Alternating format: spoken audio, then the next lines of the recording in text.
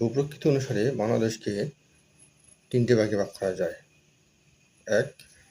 Tertiary যুগের পাহাড়সমূহ। ২. Pleistocene কালের সোপানসমূহ।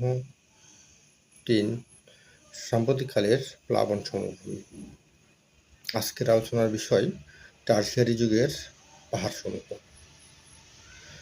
বাংলাদেশের মোট ভূভাগের 12% এলাকা জুড়ে আছে টারশিয়ারি যুগের পাহাড়সমূহ।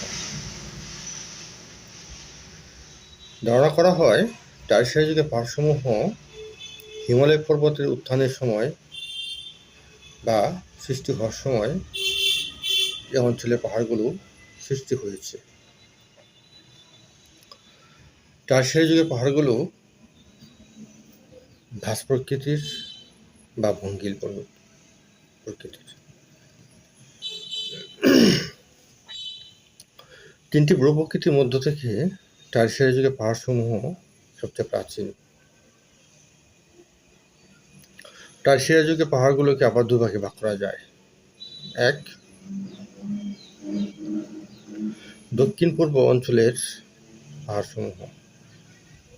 এই অঞ্চলের অন্তর্গত পাহাড়গুলো হল খাগড়াছড়ি, বান্দরবান, রাঙ্গামাটি, কক্সবাজার, চট্টগ্রাম অঞ্চল।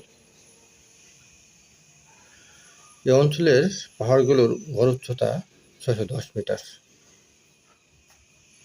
পাহাড়গুলো বেলে পাথর কর্দম দ্বারা সৃষ্টি হয়েছে। এই অঞ্চলের পাহাড়গুলো আসামের লুসাই এবং মিয়ানমারের আরাকান পাহাড়সমূহের সমগোত্রীয়। অপরদিকে উত্তর এবং উত্তর পূর্ব অঞ্চলের পাহাড়সমূহ। এই অঞ্চলের অন্তর্গত পাহাড়গুলো হল